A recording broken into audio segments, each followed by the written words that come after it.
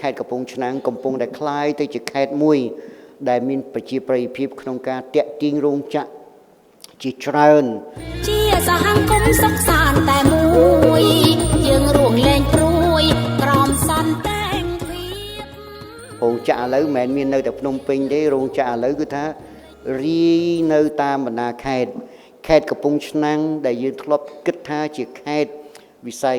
បម្រើឲ្យកសិកម្មនេសាទប៉ុន្តែឥឡូវនេះខេត្តកំពង់ឆ្នាំងកំពុងតែคล้ายទៅជាខេត្តមួយដែលមានប្រជាប្រិយភាពក្នុងការតាក់ទាញរោងចក្រជាច្រើនដើម្បីទៅខេត្តកំពង់ឆ្នាំងបន្ទាប់ពីខេត្តកំពង់ស្ពឺពីព្រោះអីរចនាសម្ព័ន្ធផ្លូវថ្នល់ក្នុងការកាត់ភ្ជាប់ពីផ្លូវជាតិលេខ5ទៅផ្លូវជាតិលេខ4គឺមានលក្ខណៈទូលាយទំនើបងាយស្រួលធ្វើដំណើរជាងមុនមានគម្លាតប្រាំងខែដែលទៀបបាន